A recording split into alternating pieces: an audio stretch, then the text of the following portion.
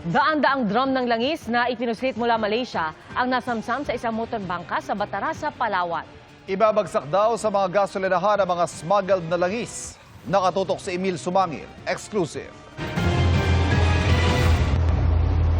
Sakay ng patrol boat, dinikitaan ng anti-smuggling unit ng PNP Maritime Group ang malaking motorbangka na ito na humigit kumulang 300 metro ang layo mula sa Ursula Island sa Barangay Rio Tuba, Batarasa, Palawan. Security! Huwag na magtali! Huwag kang tali! Nang makalapit, sumampan ang mga pulis. Sige, sapa! Sige, akit! Doon ka magsisipin. Sige, go! Doon na-diskubri ang mga karga nitong daan-daang drum ng petrolyo gaya ng diesel na ibabagsak daw sa mga gasolinahan sa probinsya. Based po sa aming investigation, ito po ay nanggaling ng Mangsi Island, Balabac, Palawan.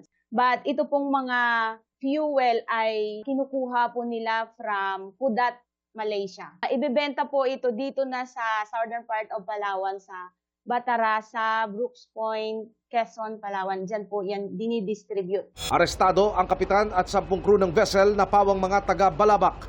Sinusubukan pa naming makunan sila ng panig. Nahaharap sila sa mga reklamo kaugnay sa iligal na pagbebenta ng mga produktong petrolyo at paglabag sa Tax Reform Act of 1997.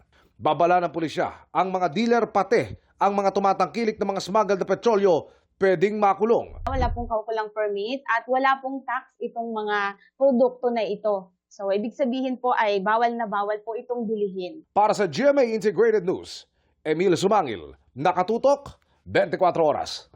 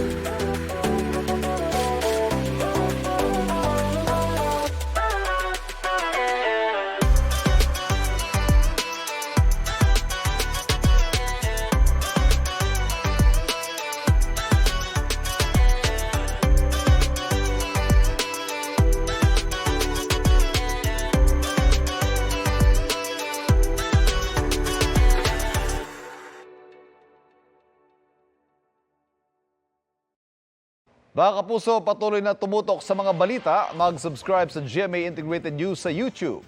Sa mga kapuso abroad, samahan niyo kami sa GMA Pinoy TV at www.gmanews.tv.